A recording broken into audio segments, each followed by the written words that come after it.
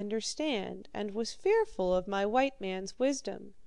I had met his wishes all along the line, and even anticipated some, and standing there, self-shorn of all my power, he knew the time did not favor to stir the people against me.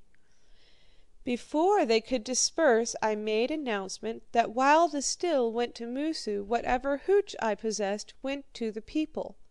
Moosu tried to protest at this, for never had we permitted more than a handful to be drunk at a time, but they cried "Clasha, clasha," and made festival before my door. And while they waxed uproarious without, as the liquor went to their heads, I held council within with Angeit and the faithful ones. I set them the tasks they were to do, and put into their mouths the words they were to say. Then I slipped away to a place back in the woods where I had 2 sleds, well loaded, with teams of dogs that were not overfed. Spring was at hand, you see, and there was a crust to the snow, so it was the best time to take the way south. Moreover, the tobacco was gone. There I waited, for I had nothing to fear. Did they bestir themselves on my trail, their dogs were too fat, and themselves too lean, to overtake me. Also, I deemed their bestirring would be of an order for which I had made due preparation. First came a faithful one, running, and after him another. "O master," the first cried, breathless, "there be great confusion in the village, and no man knoweth his own mind. And they be of many minds. Everybody hath drunken overmuch, and some be stringing bows, and some be quarrelling one with another. Never was there such trouble." And the second one, "And I did as thou biddest, O master, whispering shrewd words in thirsty ears, and raising memories of the things that were of old time. The woman Ipsukuk waileth her poverty and the wealth that no longer is hers, and Tummasook thinketh himself once again chief, and the people are hungry and rage up and down." And a third one, "And Neewak hath overthrown the altars of Moosu, and maketh incantation before the time-honored and ancient gods, and all the people remember the wealth that ran down their throats, and which they possess no more. And first, Esanetuk, who be sick Tumtum, fought with Kluktu, and there was much noise. And next, being daughters of the one mother, did they fight with Tukaliketa. And after that did they 3 fall upon Moosu, like wind squalls from every hand, till he ran forth from the igloo, and the people mocked him. For a man who cannot command his womankind is a fool." Then came Angeit.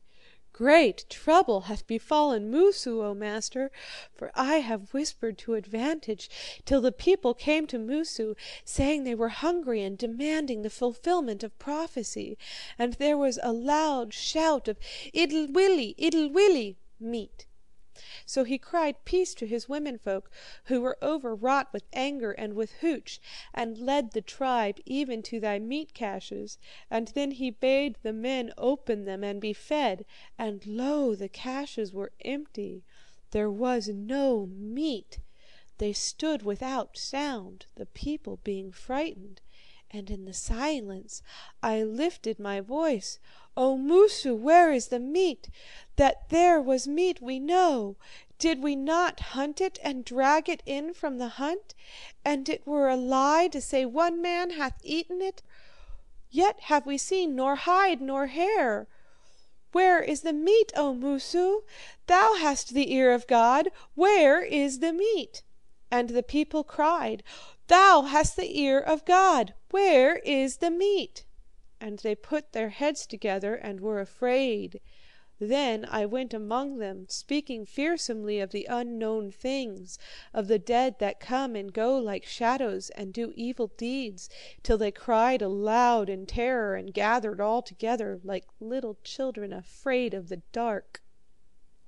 Neewak made harangue, laying this evil that had come upon them at the door of Moosu. When he had done, there was a furious commotion, and they took spears in their hands, and tusks of walrus, and clubs, and stones from the beach. But Moosu ran away home, and because he had not drunken of hooch they could not catch him, and fell one over another and made haste slowly. But even now they do howl without his igloo, and his women folk within, and what of the noise, he cannot make himself heard. Oh, Angie, thou hast done well, I commanded. Go now, taking this empty sled and the lean dogs, and ride fast to the igloo of Moosu, and before the people who are drunken are aware, throw him quick upon the sled and bring him to me. I waited and gave good advice to the faithful ones till Anjeet returned.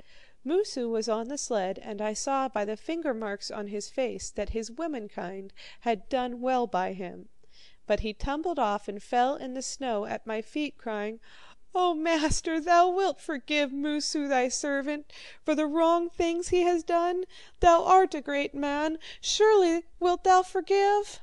"Call me brother, Moosu, call me brother," I chided, lifting him to his feet with the toe of my moccasin. "Wilt thou evermore obey?" "Yea, master," he whimpered, "evermore." "Then dispose thy body so across the sled," I shifted the dog whip to my right hand, "and direct thy face downwards toward the snow, and make haste for we journey south this day." And when he was well fixed, I laid the lash upon him, reciting at every stroke the wrongs he had done me. "This for thy disobedience in general, whack! And this for thy disobedience in particular, whack, whack! And this for Isanituk, and this for thy soul's welfare, and this for the grace of thy authority, and this for Kluktu, and this for thy rights God given, and this for thy fat firstlings, and this for thy income tax and thy loaves and fishes, and this for all thy disobedience, and this, finally, that thou mayst henceforth walk softly and with understanding. Now cease thy sniffling and get up. Gird on thy snowshoes and go to the fore and break trail for the dogs. Chook, mush on, git!" Thomas Stevens smiled quietly to himself as he lighted his fifth cigar and sent curling smoke rings ceilingward. "But how about the people of Tattarat?" I asked. "Kind of rough, wasn't it, to leave them flat with famine?" And he answered, laughing between two smoke rings, "Were there not the fat dogs?" End of A Hyperborean Brew, Section 2 of The Faith of Men by Jack London. This recording is in the public domain.